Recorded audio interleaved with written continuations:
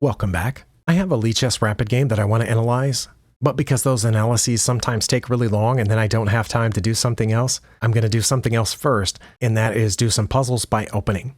I don't think that feature is available on chess.com, so I'm going to do it over here on Lichess. If you're not sure how to get there, you hover over puzzles at the top and go to your puzzles dashboard and then click by openings in the left column. And last time I did the English opening, this time I'm going to do the Caro-Kann defense. So when I click that, it should just take me to puzzles that arose from the Caro-Kann defense. But I don't see the Caro-Kann defense as white, so I'm not sure why it gave me that. I'm going to select black pieces, and hopefully it will give me a puzzle from black's perspective. Okay, it did. All right, the first thing that I look for in puzzles is checks. Here it does not look like I have any checks.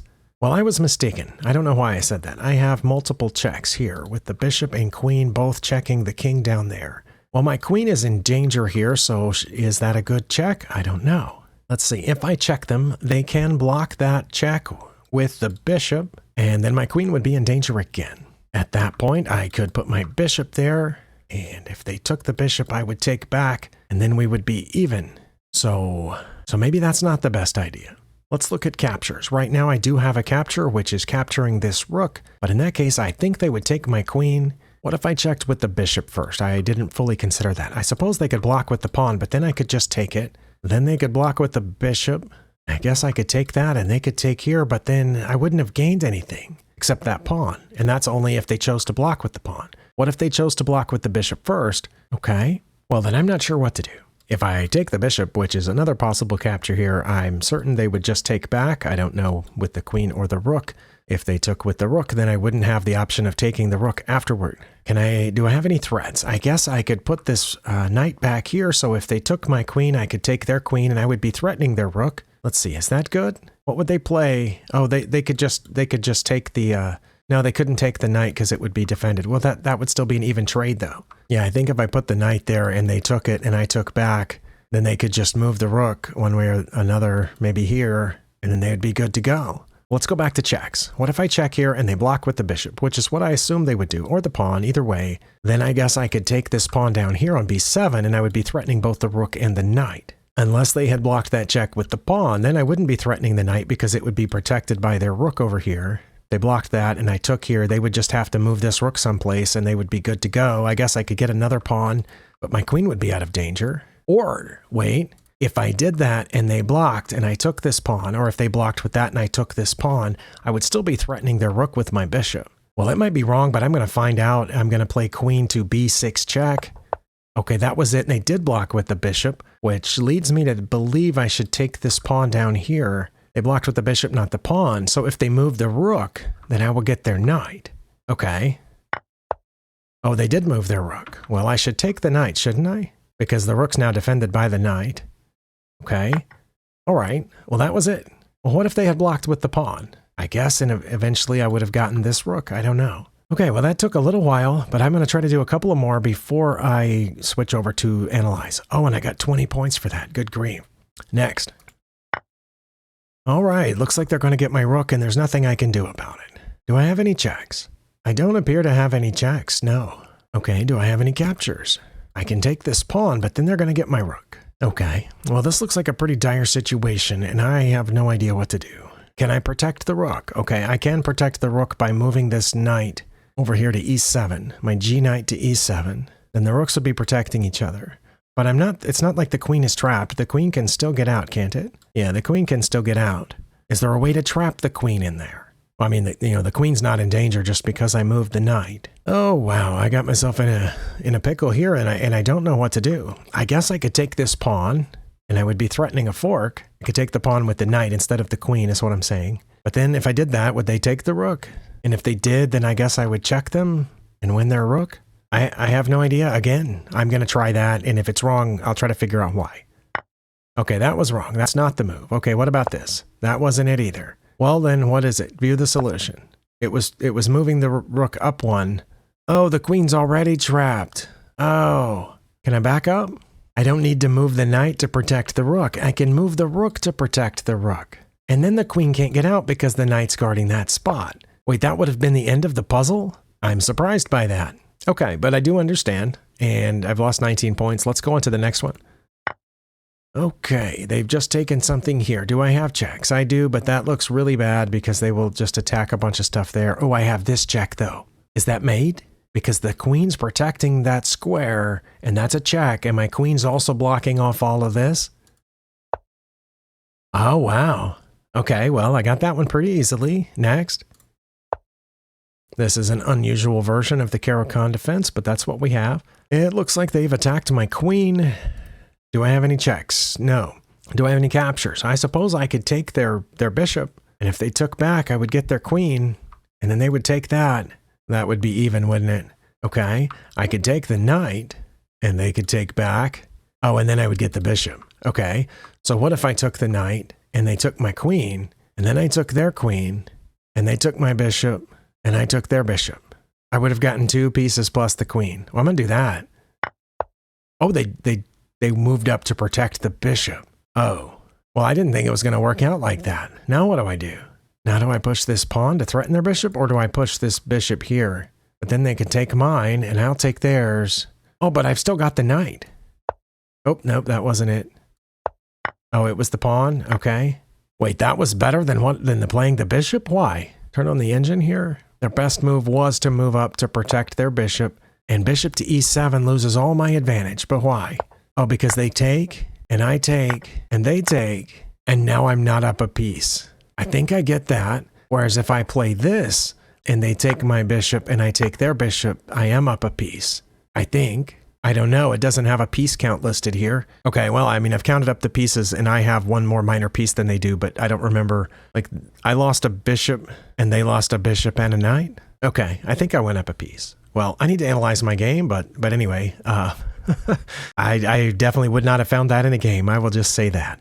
All right, in this rapid game, which I played last night, I won in 28 moves with checkmate, as you see on the board. That's the end of the game. Usually when that happens, if I win by checkmate in fewer than 30 moves, I always worry that I didn't make any mistakes. Because anytime I don't make any mistakes or blunders, I always think, oh, the other person's probably going to think I was cheating, and then they're going to report me. And yeah, I'm paranoid about that, right? Because everybody these days is getting reported for cheating. So I was actually relieved at the end of the game when this game review said I had 2 blunders. My opponent had 5, though. Where were mine? Mine were here and here after I had an advantage. So I'm going to look at both of those, but first I'm going to look at the point at which my opponent gave me the advantage for the first time. This was an inaccuracy, and we're about even. If they had just played bishop to d3, which is pulling this bishop back, or bishop to f1 all the way back to the home square, or even bishop to e2, they would have been fine. I mean, I don't think f1's good because it blocks the rooks off and it means you developed the bishop for nothing. But instead they backed up to a4, and that gave me the advantage, but not only, I have 2 different moves here. I can play b5 or castle. Well, I mean, it was asking for b5, so I did play b5. Okay, and now they have to drop back again. I don't know if that should have been counted as a blunder, maybe just a mistake when that first one of theirs where they put the bishop on the wrong square, because I'm only up -1 and I haven't gone up any material yet. And then I played an inaccuracy here. I should have castled or played knight to b6. Well, I didn't want to play knight to b6 because my knight's what's protecting that other knight, and I wanted to move my queen here in a second. Also, I don't know what knight b6 would have been aiming up there, maybe? Not sure. But I should have castled. But instead, I saw this knight sitting here, and that knight is inconvenient for me right now because it's guarding e4, and I wanted to put my front knight on e4, so this bishop would be threatened 2 different ways, and it would kind of force it to trade here. But I couldn't put my knight on e4 because of where their knight is, so I pushed this pawn. Now, they should have played knight to a4 for some reason. I guess it would have been temporarily safe there, but they put it on the only other square they could think of, which was e2. Wait, are you serious? The engine says it would have been better to take here first than to play knight to e2. Okay. Well, I don't want to get stuck analyzing every single move, especially those of my opponents. So let's just move on to my blunders. I'm not sure why, the engine is saying I'm so far ahead here. But anyway, I was up really high here, -5. I already did see the line.